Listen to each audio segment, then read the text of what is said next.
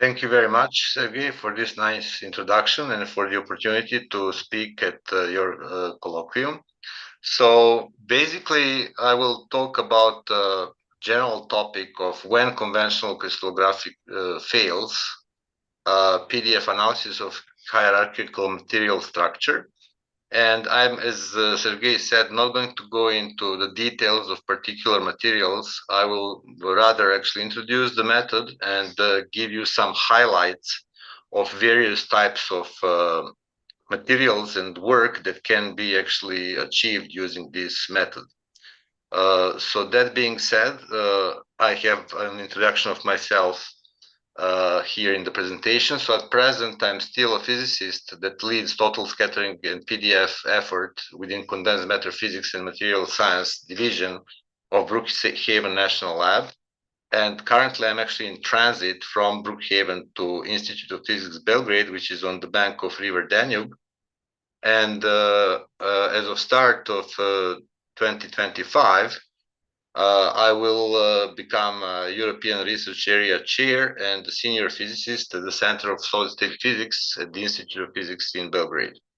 So that's that. Now a little bit about our project. So we just got the European Research Area Chair project at the Institute of Physics. It's a European Commission project, and its title is Hidden Phases in Two-Dimensional Quantum Materials.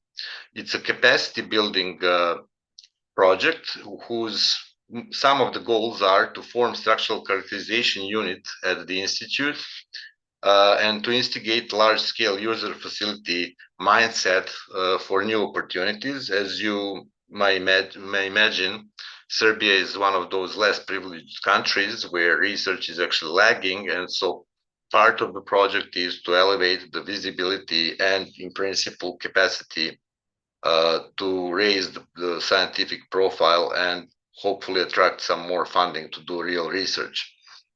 We're going to organize multiple workshops and facilitate and steer training initiatives at the Institute. By that, we are hoping to elevate research visibility and competitiveness within the European research area and worldwide of our institution and Serbia as a whole. And within this project, the scientific binder is the exploration of hidden phases in 2D quantum materials. So that's sort of a grease that is supposed to help building the capacity.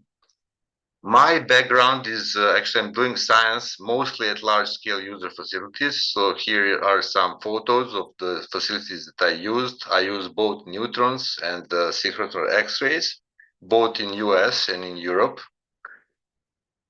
And so this is the facility that is at Brookhaven campus. It's a National Synchrotron Light Source 2, whose ring you can see to the left. But actually, when you uncover the cover, you see lots of beam lines that are here classified by different techniques or other areas of science, structural biology, imaging and microscopy, and so on. And you can also see lots of gray lines here. Those are essentially future beam lines that are to be built depending on the scientific needs. So basically, a lifetime of a facility is quite long, and it's not starting on a press of a button. It actually evolves over the course of multiple decades. So one of the beam lines that I actually heavily used is at sector 28 ID. It's called PDF and XPD beam lines. It is located here, whatever that means. And so here is a few photographs from the Hutch, where we were playing with different setups that were required for a specific experiment. Now, experimental Hutch is basically where users have their playground, but behind that, there is actually also an optical hatch where all the beamline optics, which is in principle rather complex, sits that serves the purpose of preconditioning the beam that is going to be basically then impinging on the sample, and you do your science. In this particular case, it's powder diffraction based. And here you can see a photograph of that station, PDF station 28ID1, that has two detectors that are differently placed with respect to the sample. One is in the closed position that is used for PDF, for maximum hue coverage, and then the other detector all the way in the back that is used to collect data in standard diffraction mode so that you can do your so-called ritual refinement and extract crystallographic information in your sample. Here is the outline of my talk. So the scope of this talk is to give an overview. So it's not going to be really overwhelmed with the science on a specific system of total scattering Fourier methods. PDF is actually one of those. So first I will give you a brief total scattering based pair distribution function primer. So it's sort of a little illustrative example of how this method operates and what it does. Then I will show you different flavors of advanced Fourier approaches. And I will follow with selected examples of materials applications. And I will close off with recent technical developments in the PDF world. This is actually something that is happening as we speak. Okay, so what is PDF? So imagine that you have C60 solid, so it's a solid of buckable C60 molecules that are organized in FCC lattice. And as it happens, in one of the variants at room temperature, these molecules are spinning in the structure.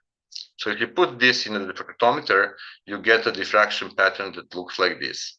It has the signal has two components. It has sharp Bragg peaks, but it also has a very broad diffuse scattering. And if you are to take this data and analyze it crystallographically, meaning if you are relying on Bragg peaks alone, you're not going to get very far. Crystallography in this particular case fails.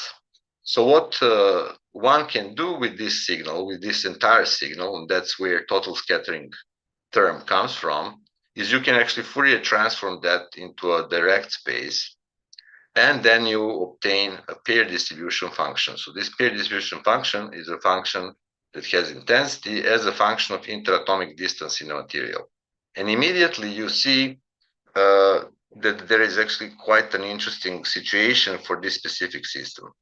Up to approximately 7 angstroms, you have very sharp PDF peaks, and those correspond to the interatomic distances within a single buckable molecule, C60.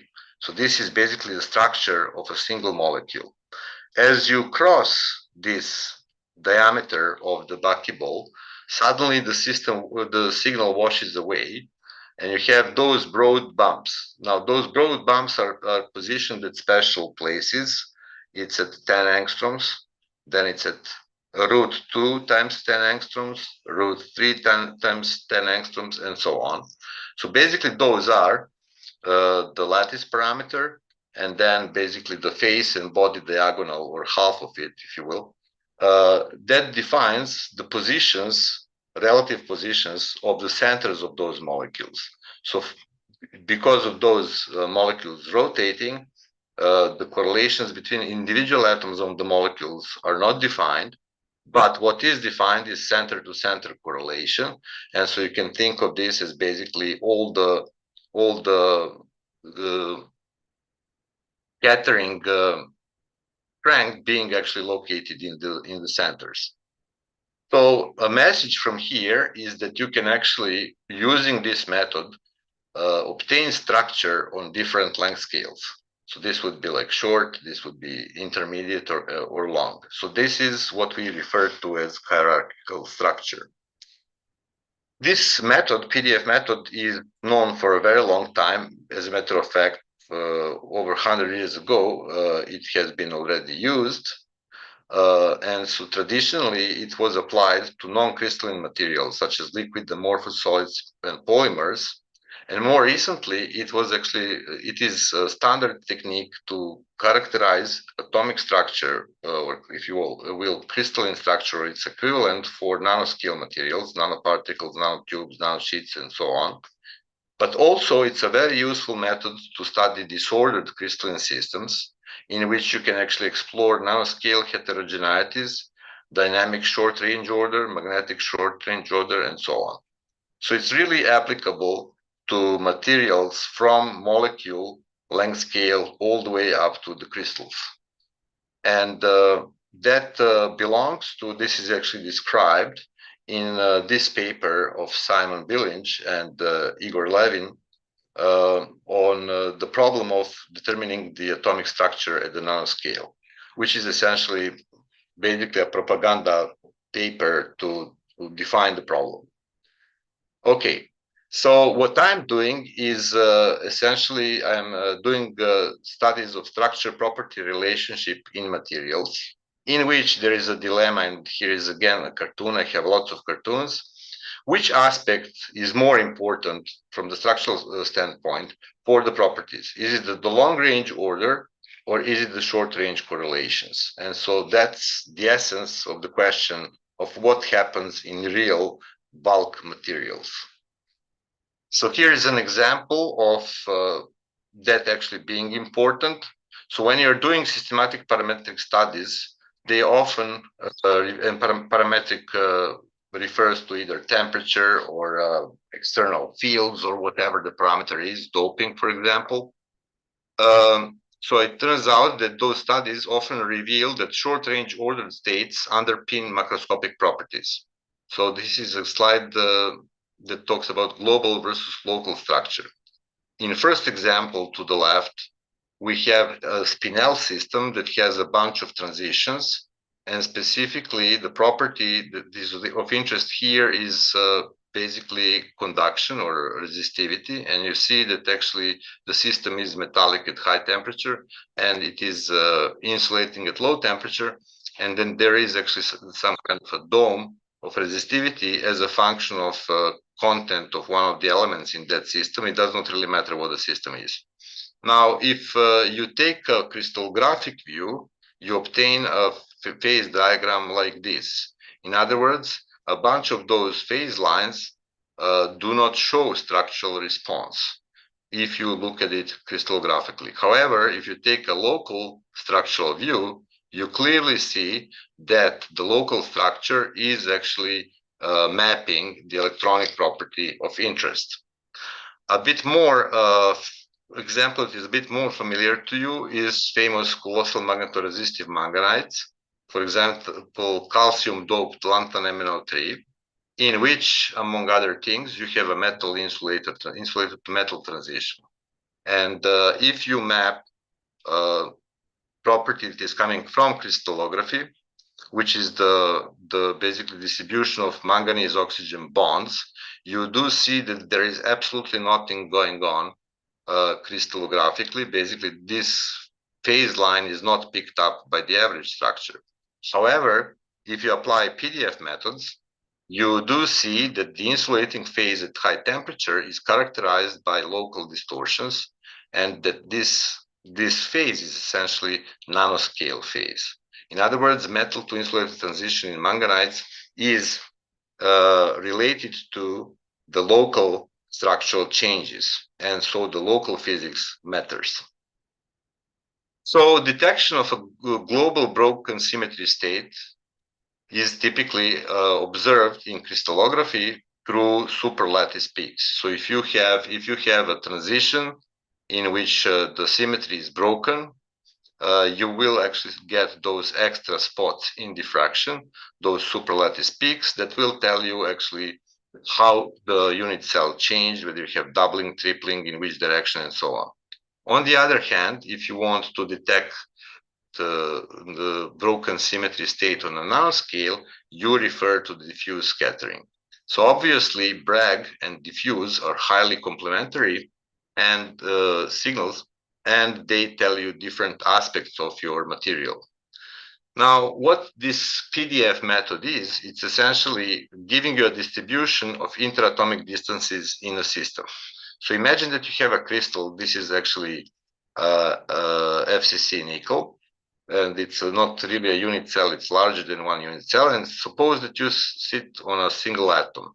If you do a single crystal measurement, you can obviously get directional information. So depending on which direction you look at, you will get different signal. And this is, for example, a signal in 3D of three-dimensional PDF.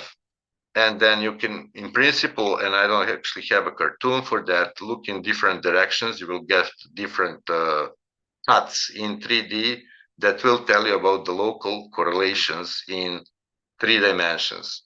And so that's going to be for a single atom, and then I'm moving this atom of interest somewhere else. So I change the origin and I do the same game. And if I do this same game for the entire crystal, for all the atoms in my material, I will get something that is called 3D PDF. On the other hand, if you have a powder, in that case, you have actually directional average. So you no longer have directional information directly in the data. Instead, you actually get information in 1 dimension, which is actually a spherically averaged signal, and you end up with a single peak that corresponds to a distance, or rather a spherical shell of a given radius. And that is traditionally called 1D pair distribution function that comes from a measurement of a powder. Okay, so, and again, of course, you are going to change the origin to every single atom and look at its local environment. Now, a little bit of the experiment. So what you do is you collect conventional for powders, conventional powder diffraction measurement. And one important aspect is, and that's why large-scale facilities are important, you collect data over a very broad range of Q. It's extremely important to go to high momentum transfers because that parameter affects the resolution in direct space. And as I already said, you have a Bragg component and you have a diffuse component. And these two, left and right, do not necessarily correspond to each other. I just made a cartoon to make the point. So if you treat Bragg and diffuse signal on the same footing, and you do 1D Fourier transform after properly normalizing your data and doing all the corrections that are necessary from the polar crystalline system, you will end up with a PDF, which is essentially a function in direct space. The x-axis is the interatomic distance. The y-axis is related to the probability of finding 2 atoms at that given distance. And so if you look at different length scales on this graph, you can assess information about short, intermediate, and long range order. And those arrows are actually placed arbitrarily. It really depends on the system. But the point is, you can look at the different aspects or different ranges of this function, and it will give you different types of information. And that is what we actually refer to as hierarchical structure or length scale dependent structure. Now, if you have crystals, you can do something similar. So you will collect data in 3D, full map of scattering. And again, you have diffuse component and Bragg component. This is just convenient place to emphasize those. And so if you pay attention to these bars, you will see that the Bragg intensity is orders of magnitude larger than diffuse. The diffuse part is actually quite small, and in principle, on the scale of Bragg, basically invisible in the data, but it is there. And so what you can do, you can Fourier transform in 3D this box of scattering signal that you collected from your single crystal, and you can get something called 3D PDF. So that's shown here in this corner. If, on the other hand, and that is the convenience of reciprocal space, you can remove Bragg signal, and that is done through a process that is typically called punch and fill. So you punch out the Bragg peaks, which are very sharp and very intense, through various types of masking and so on, and you focus on diffuse signal alone. When you Fourier transform that diffuse signal map in 3 dimensions, you will get something that is called 3D differential PDF, which is telling you something about deviations of the local structure from its crystallographic average. So that is a technique that has been developed over the past 10 years, and it is actually gaining momentum. Now, what are the other flavors of this PDF method? One of them is dynamic PDF that you obtain from inelastic neutron scattering, for example. So if you collect a dynamic structure factor that looks like so for these two different types of materials, this is just nickel metal powder, and this is PMN system. You basically now have energy resolved signal, and you can take Fourier transforms either on elastic line or away from elastic line, and you can record that energy, and you will end up with a map that is actually a PDF that is energy resolved. And it looks like so. Then you can compare it to the theory or whatever you want to do. So this dynamic PDF actually gives you, for example, information on local phonons, and is actually very useful. Normal experiments that are done at X-ray beamlines or neutron beamlines that do not have energy discrimination, in other words, that are just angle resolved, you actually then get all this collapsed. So essentially, you cannot say anything about the dynamics. So if you see a local distortion, you can guess that it's most likely dynamic, but you cannot actually experimentally prove it unless you do this type of dynamic PDF experiment. Okay, another type of PDF that has been recently developed is so-called magnetic PDF. So here's an example of 1D magnetic PDF. This is in blue data that is coming from famous manganese oxide that has actually antiferromagnetic ordering below nail temperature. And in red here, we do have a nuclear PDF. In other words, just the atomic structure, the crystal structure, no magnetism involved in the red curve. And if you take the difference between the blue data and the red atomic structure model, you obtain this differential signal in blue, which turns out to be a magnetic PDF. So by this separation, you can actually then calculate or model a magnetic PDF and obtain information about the magnetic structure. So that's sort of the protocol. Now here are two illustrative examples. Those are the systems, sodium manganese O2, copper manganese O2, and they by themselves have actually magnetic structure. So this is obviously neutron scattering measurement. And so what do you see? Below the nail temperature, you have a well-defined set of magnetic peaks in both cases. But if you go above the transition, if you look carefully, you see this mist, this kind of cloud of diffuse scattering. So this magnetic signal that was concentrated in sharp Bragg peaks is actually becoming diffuse, suggesting that there is actually some short-range magnetic correlations. In this middle panel, we have selected cuts in 3 different regimes. And you do see the magnetic Bragg peaks that then become kind of diffuse blobs, and then they're almost gone by the time you reach almost room temperature.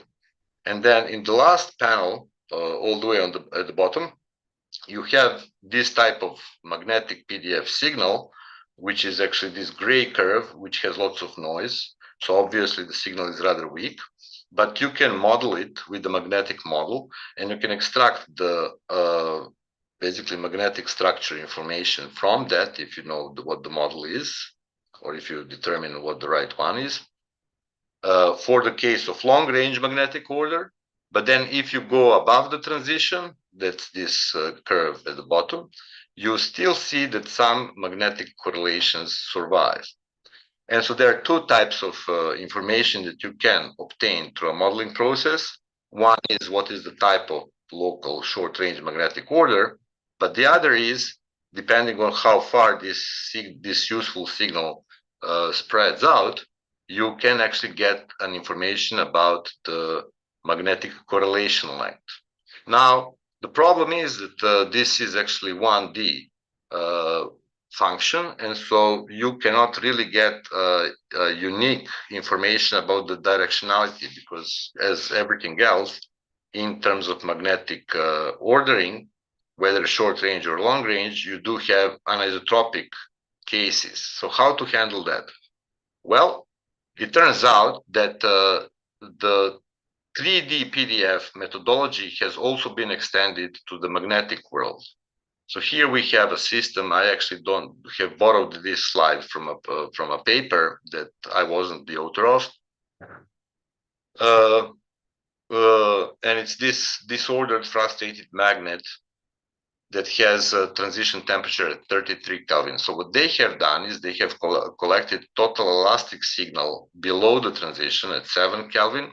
Then they collected the data on the same system above the transition, where there is only nuclear peaks, meaning structural peaks. Then they have subtracted the two and obtained a map of magnetic diffuse scattering. So the structure does not change across this transition. And then through 3D Fourier transform, you can get actually 3D differential PDF. This is just a slice. Obviously, this is a function in 3D. It's a box. And there you can actually explore what is the difference between the magnetic structures in different directions. And you can determine anisotropic magnetic correlation lengths, for example. So these magnetic short-range correlations can be directionally resolved. Knowing what the meaning of these colors is, and it is basically whether there is more or less magnetic signal with respect to specific neighbors, you can read off without modeling directly what type of correlations you have and obviously how far they extend by some definition of a correlation length. Okay. So in principle, the emergence of technologically relevant quantum orders stems from the rich physics from complex interactions of electronic charge, spin, and orbitals and their coupling to the host lattice. So that's sort of a general statement.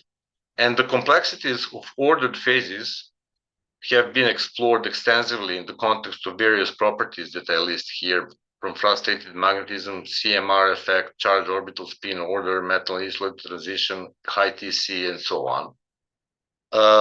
However, much less is understood on what happens in the regime away from the ordered phases. So part of my career, I have actually explored systems of this sort, because it turns out that full picture of what happens across certain phase transitions in these phase diagrams depends on what happens in this sort of disordered regime.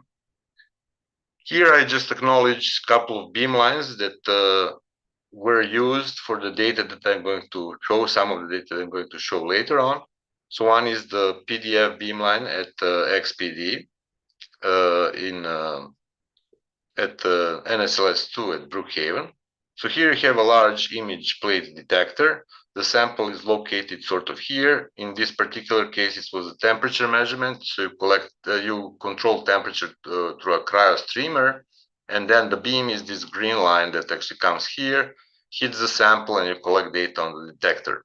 And then after appropriately, basically reducing the data, you obtain a PDF. Another beamline that was used is P21 at Petra 3 at DAISY, where they actually do have the capability of collecting data in 3D for the 3D PDF. And then just for fun, this is Nomad. That's beamline 1B at Spallation Neutron Source at Oak Ridge, where you can apply neutron PDF approach or neutron magnetic PDF approach. Okay, so the application of PDF method on crystalline materials has started with the advent of synchrotron-based neutron and X-ray sources, and at that time, the popular subject of science was the cuprates, superconducting cuprates. So here we have neodymium, cerium, copper oxide, electron-doped cuprate. And so one of the papers, early papers that was published using this method was not established well at that time in terms of using it in crystalline materials. The papers contained a lot of theory. I'm not going to go to any of these formulae. I'm just going to say that you had to actually supply theoretical foundations for this technique and that it really works for crystalline materials. And then here is the reduced total scattering function, f of q. The labels were strange for some reason. And so I here covered portion of the pattern to emphasize that if you do this measurement on an in-house instrument, you will actually, even with a silver source, not get very far in Q. So this additional bit, and it goes all the way up to 30, 35, sometimes even 50 inverse angstroms, you can only obtain at an instrument that is actually located at one of those large scale facilities, because you have to use high energies as high as 100, 120 kilo electron volts.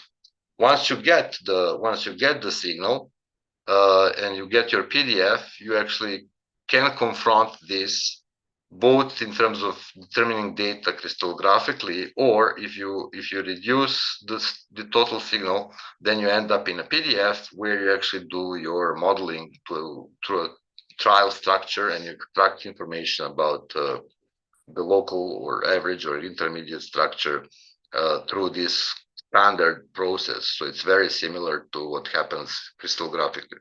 So in this specific system, neodymium cerium copper oxide, they have discovered that the average crystallographic model fits the PDF data very well at high interatomic distances, but it actually fails locally on a length scale of basically sub the nanometer length scale.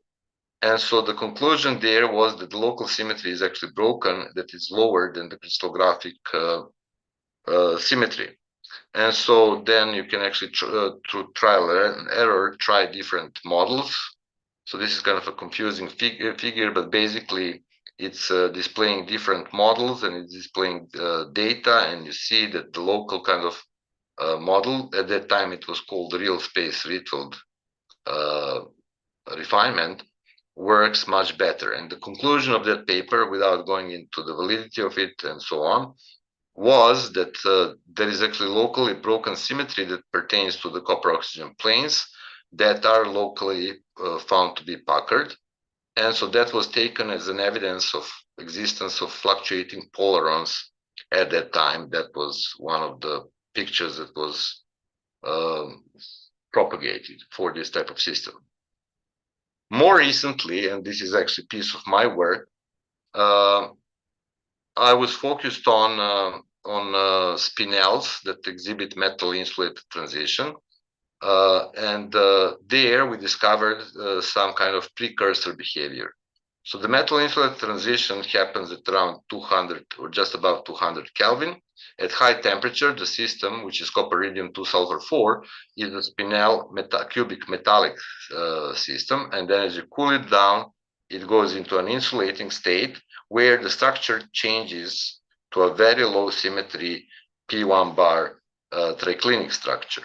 And in that structure, there is actually dimerization of certain iridium species that are highlighted in this kind of octamers. So you have two types of octamers in the structure, those that contain dimers, shown in blue, and those that are not dimerized, shown in red. Whereas at high temperature, you do have a very simple, kind of boring FD3 bar M cubic structure. So that's what crystallography tells you. Now, we were studying this system extensively over the course of a decade, and we were interested because the metallicity in the metallic phase was poor, whether actually dimerization locally survives above the transition. And we were surprised to find that that's not the case. It took another 5 years to discover the following. So here I'm showing you the data in blue for a 500 Kelvin temperature. And on top of those data, I'm fitting this cubic boring model, which works quite well. So here's the difference curve. It looks quite spectacular. Everywhere except underneath this second peak, where there is sort of an S-shaped response. And it turns out that this second peak in this structure corresponds to the near neighbor iridium distance on so-called pyrochlore sublattice, where iridium lives. So this was, after quite some analysis and some additional experiments, discovered to be a precursor state. So here is just for illustration, diffuse scattering signal. It's basically this one specific cut, which is highly structured.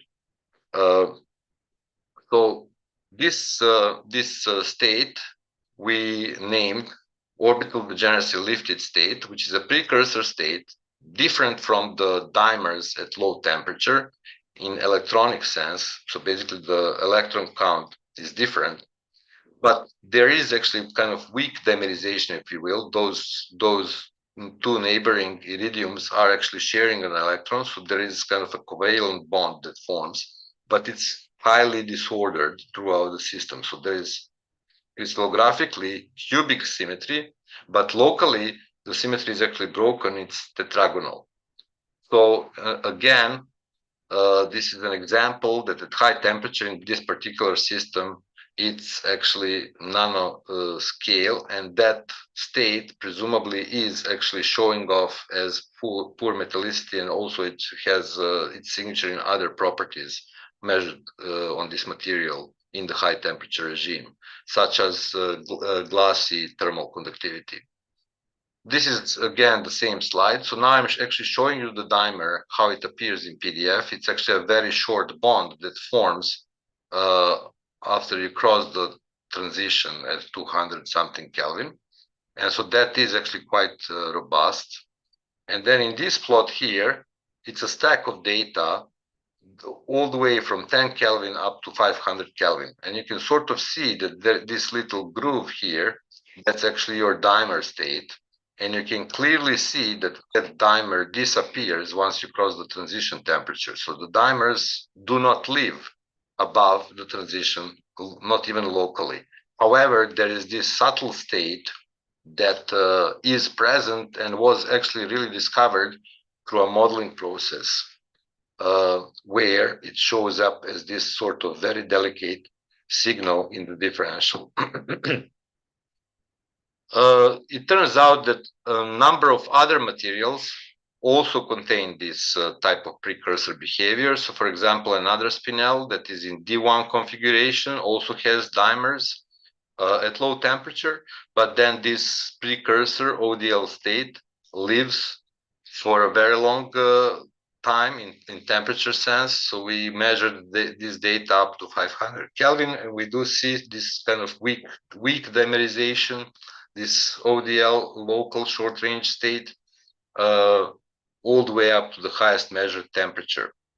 The difference between these two systems, because they are both spinels, is that the correlation length in case of iridium compound is of the order of 5 angstroms. So it's really actually affecting nearest neighbors, whereas it's much more spread, not much more, but more spread in the case of titanium compound, it's of the order of 10 angstroms.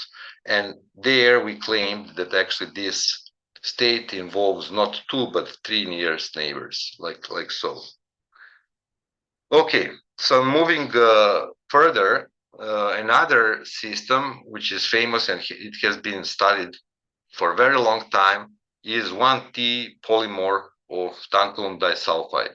It's an archetypal charge density wave material that has a cascade of first order transitions. So at a very high temperature, and very high here is above 500, it's metallic. And as you cool the system down, it actually exhibits this cascade of transitions that show in resistivity like so. And there is a number of small kinks, and it depends on the history of cooling and heating, what really happens. The most prominent feature is this Star of David object.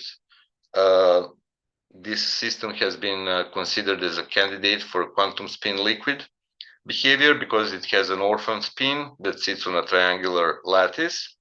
And then there was also all sorts of debate on what this transition is. Is it a conventional Fermi surface nesting system, or is it a Mott insulating transition, and so on? And so I'm not going to go into the details of that, but there is a huge interest even these days in this system, specifically also because you can induce states by application of laser light, like pulses or pulses of electricity, where you can actually switch from metallic to insulating state and back using these external stimuli.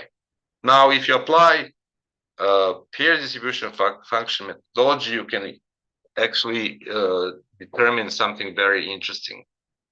And before that, let me just state that this 1T polymorph is actually by itself a metastable state. It's actually a kinetically trapped trigonal structure only below 600 Kelvin. So you essentially make the material, you quench it, and then it actually sets in this 1T state. And so long as you stay below 600 Kelvin, the physics shown here in a cartoon way happens. If you heat it up above 600 Kelvin, then it actually goes to different polymorphs, so-called 4HB and 6R, depending on temperature. And that's a very different beast. So simple cooling below 600 Kelvin will not retrieve 1T polymorph. You actually have to really quench it. Now, what is interesting regarding 1T versus 4HB and 6R is that the tantalum atom in 1T configuration is actually sitting in octahedral environment of sulfur, whereas in 4HB and 6R, you have a mixture, 50-50 mixture of 1T, octahedrally coordinated tantalum, and 1H, which is actually trigonally prismatic coordinated tantalum with the sulfur. So now, okay, you can see that we have intentionally violated this metastability of this kinetically trapped state by heating. And so as you do so, the diffraction pattern changes.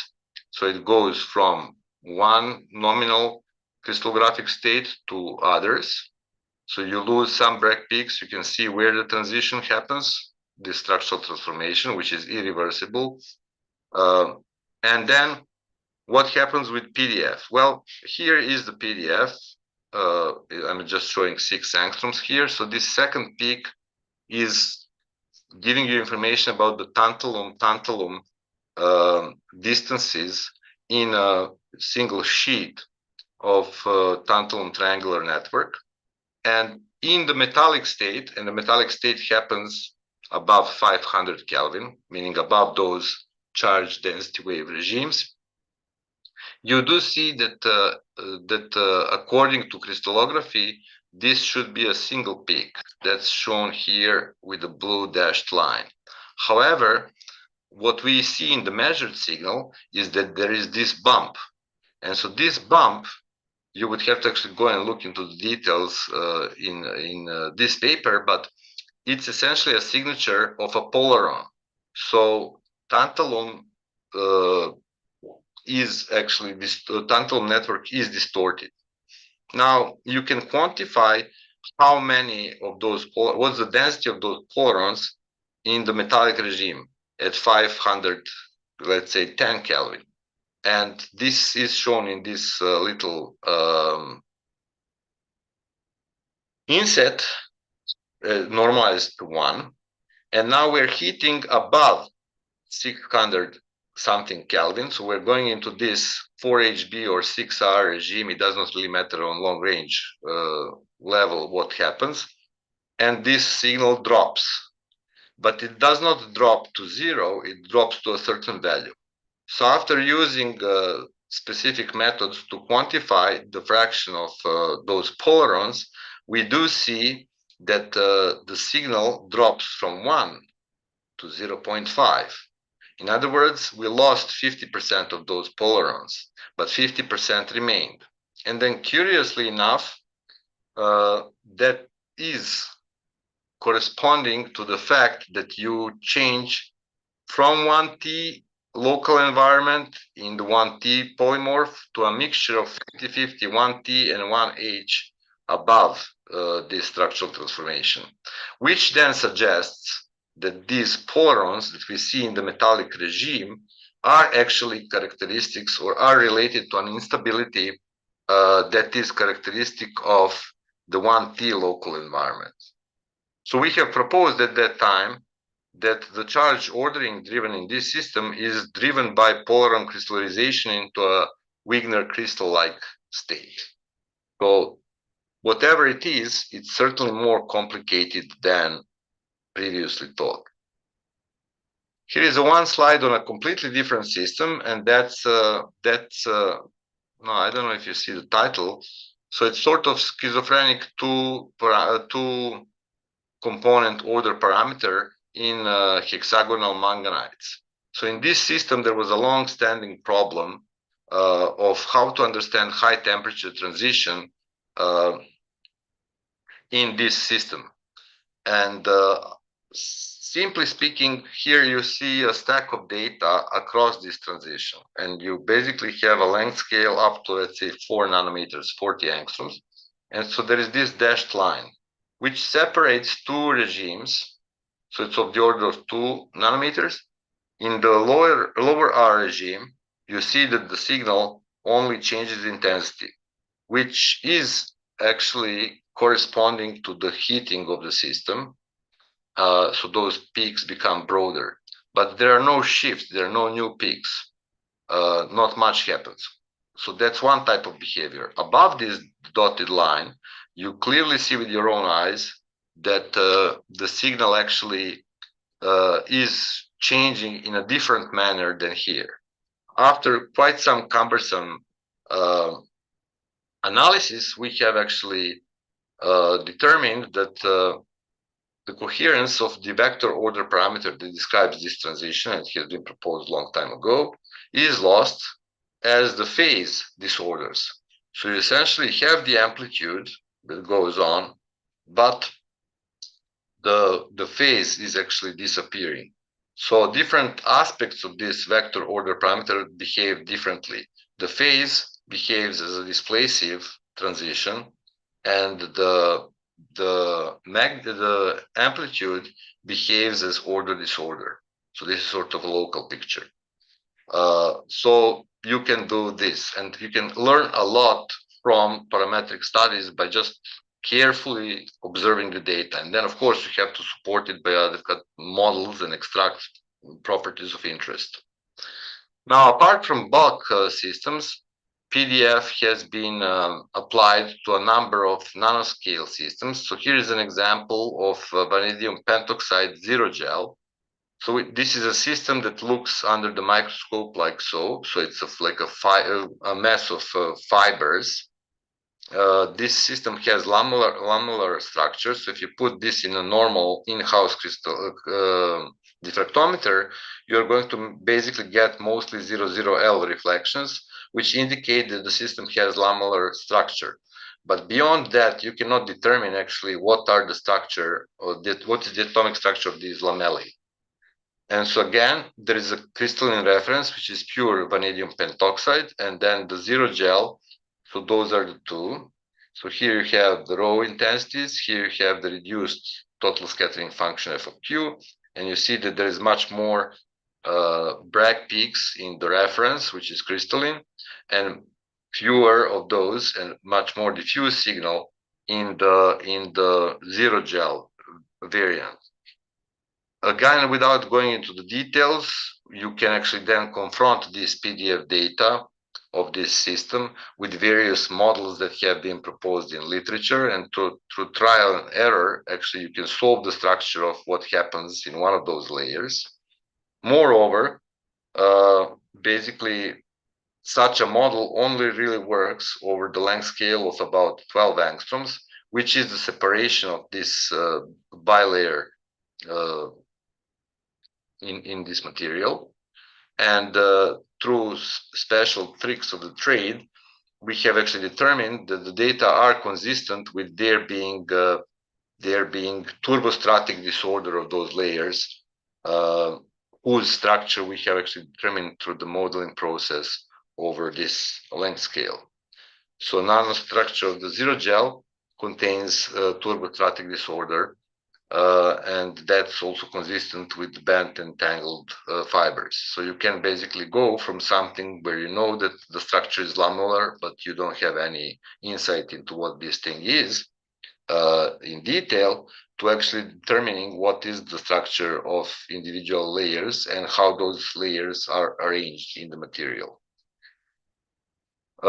Finally, you can also apply this method to nanocrystalline systems. So here is an example of gold 144 clusters, which have been of interest. We were trying to, or not, I actually wasn't involved, with some colleagues of mine validating the DFT model of this system that also has actually these ligands attached to it. So you collect the data, you obtain a PDF of a nanoparticle, and you see that the PDF signal actually decays. That's because of the finite size of this nanoscale object. And then the model that was actually simulated from DFT looks like the black curve. The data are blue. And then you can also actually relax the DFT suggested model, and that's the red curve. And that also did not really work. Then you can try different other models, and the model that actually worked is Mark's decahedral core description that gives a fit like so. So in principle, you would never be able to do these type of things using conventional crystallography because it actually fails in the case of nanocrystalline materials. However, PDF method provides you with the opportunity to basically try to solve structures of various nanocrystalline materials, and that turns out to be actually a major breakthrough and a major component of this complex solution to the nanoscale structure problem.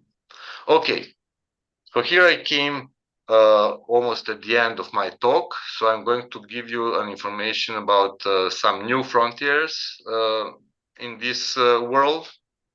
And that is, we have tried to develop the length scale sensitive atomic GPS.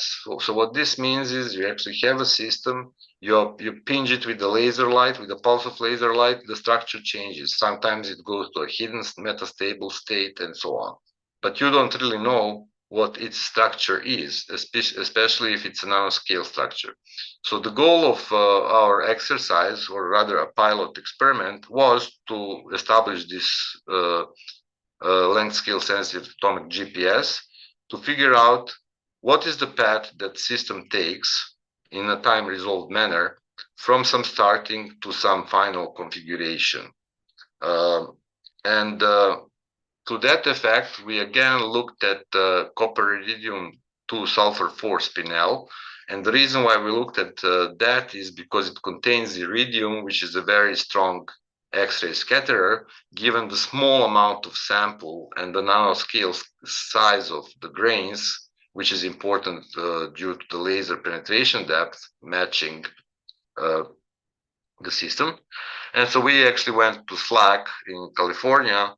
And so this is a cartoon of our experiment. So it's basically pump probe experiment. It's a laser pump, an X-ray probe. Unfortunately, an X-ray probe that has relatively limited energy, 23 kilo electron volts, which is actually limiting our access to high Q. So it's almost as if we had actually a silver source, not quite, but almost. And so we collected it on a large image plate detector, and we controlled temperature using cryostream to actually drive the system below the metal to insulated transition into a phase which in equilibrium has long-range ordered timers. The resolution of our measurement was of the order of 1 picosecond. And so there are other technical details that are maybe not too important. So to remind you of the system, so at high temperature, it's cubic with the local distortions, but here we show it as a cubic. And at low temperature, it's triclinic with these dimers. And so if you collect data on a conventional synchrotron, you obtain a PDF like this with a relatively high resolution. And you can see in blue, that's your low temperature data set, that the dimer goes up as this extra peak. Now, because this was 120 keV measurements, we could afford high resolution in PDF. However, for our XFEL setup, the energy was limited to 23 kilo electron volts. And so we wanted to know sort of in advance whether we can actually even see something. Because the goal is to try to see whether the laser light or pulses of laser light destroy the dimers.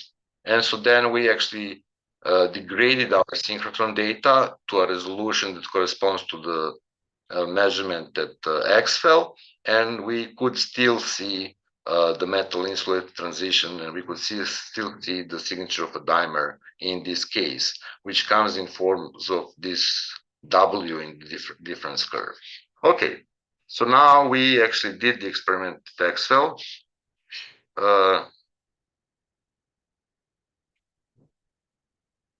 Yeah, I will answer that question. I'm going to be soon done, so we can come to your question immediately. After that, it's about electron PDF. Yes, I do have some experience, and I will tell you what issues there are. Okay, so here is a stack of data collected for different delay times, the delay between the laser pump and the X-ray probe. And you sort of see with the poor resolution, the best resolution we could get with such a low energy, that things happen. So you have to actually go to a differential PDF. So you subtract all your PDF data for all the time delays from those that correspond to negative time delays, meaning in the equilibrium state. And you do see that there is actually this W differential that is seen for positive time delays, which indicates that the dimers are actually being destroyed by laser light. So that's one aspect. So we can see the destruction of dimers upon application of a femtosecond laser pulse. So here is a stack of those difference curves over a relatively broad range of R. And then you have three colored regions that are the same in terms of the length, but are just picked up in different regions along our axis.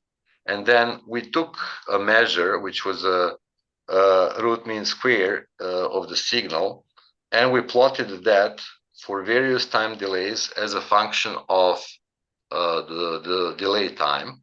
And so the first one corresponds to sort of more local response. And so you see, as you come from negative time delay side, and when the laser hits, there is a sharp change. And then for the rest of the delay time considered, there is no change, suggesting that the dimers are actually distracted in this very first period, which is actually sub-picosecond, and that above that, the structure on a local scale does not change. However, if you look at those other regions that are actually corresponding to more longer kind of range structure, you do see that there is another time constant, and that signal, these are blue and red dots here, actually has a sharp jump upon which actually the system further evolves. And so we have interpreted this as evolution of long range order. Now, there is a section of this work, I mean, it could be a talk by itself, that actually deals with modeling this signal. And it turns out that the local structure corresponds to tetragonal. The best model that fits the data is not cubic. In other words, once you strip off the system of dimers, it does not go back to cubic. It does go back to, it does go actually to an ODL type tetragonal structure, but that structure is actually not long range ordered. So this evolution with the second time constant, we believe, although we don't have proof because unfortunately our resolution is not sufficient to distinguish sufficiently different models, it actually goes to an ordered regime. So you sort of generate order of this transient state basically over longer length scales on this longer time scale. Okay, so with this, we actually proved for the first time that this type of PDF ultra-fast PDF measurements are possible. However, a lot of work has to be done to improve the setups and basically conditions of the experiment, including actually higher energy X-ray beam and possibly also the detection methods. So there is hope, and we are very much looking forward and very much are hopeful that over the next decade, this method will actually evolve into a sort of more routine measurement, because there is a number of systems where this type of approach would be beneficial. So with that, let me just summarize by saying that total scattering PDF and its numerous variants are powerful tools for nanoscale structural characterization in materials. It is a method that is going beyond and is supplementing crystallography that brings novel twist in a structure property relationship studies, and is very transformative in structural sciences. It's unparalleled for bulk nanocrystalline structure determination, and it's more powerful yet in synergy with other experimental probes. It's available at large-scale user facilities, neutron, synchrotron X-rays, and soon X-cells, and provides opportune platform for doing high-profile structural science with a large discovery potential. So you can actually get information about the states that are or would otherwise not be known in materials, and provides more food for theory and for exploring the reasons behind various properties such as metal insulate transitions, and basically debating in more depth the driving forces for some of those phenomena. So with that, I thank you for your attention, and I would be happy to take any questions.